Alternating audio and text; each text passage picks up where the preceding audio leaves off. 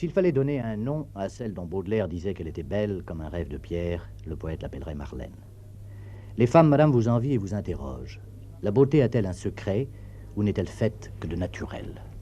Je ne sais pas. Il y a beaucoup de sortes de beauté. La beauté extérieure, je ne crois pas que c'est très important.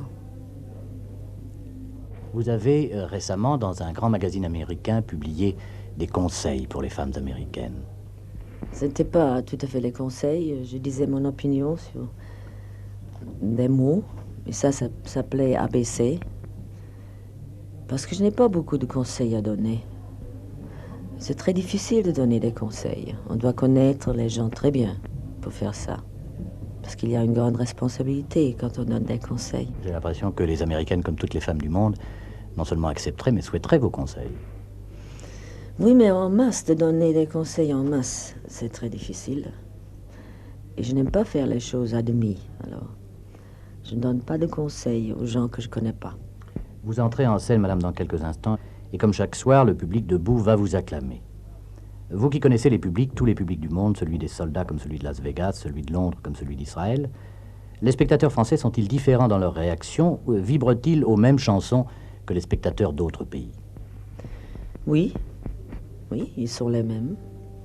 Ils sont peut-être un peu plus exigeants parce qu'ils sont gâtés, beaucoup plus que les autres nations.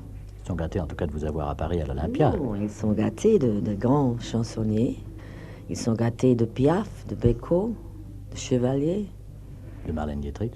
Même moi je suis pas si longtemps dans ce métier. Quels sont vos projets, madame, après Paris? Je ne sais pas encore, je vais aller en Suisse et en Angleterre. Et je ne sais pas si je vais revenir en France ou pas. Vous allez en Suisse et en Angleterre pour chanter? Oui, pour chanter, il faut faire des disques. Avez-vous l'intention de retourner à Las Vegas?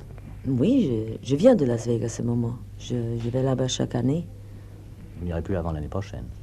Non, l'année prochaine. Je dois dire, et c'est mon expérience new-yorkaise qui me fait parler, qu'à chaque grande première à New York, que ce soit d'Yves Montand pour la dernière en date, que ce soit celle des Barreaux, de la Comédie Française, Marlène Dietrich est toujours là.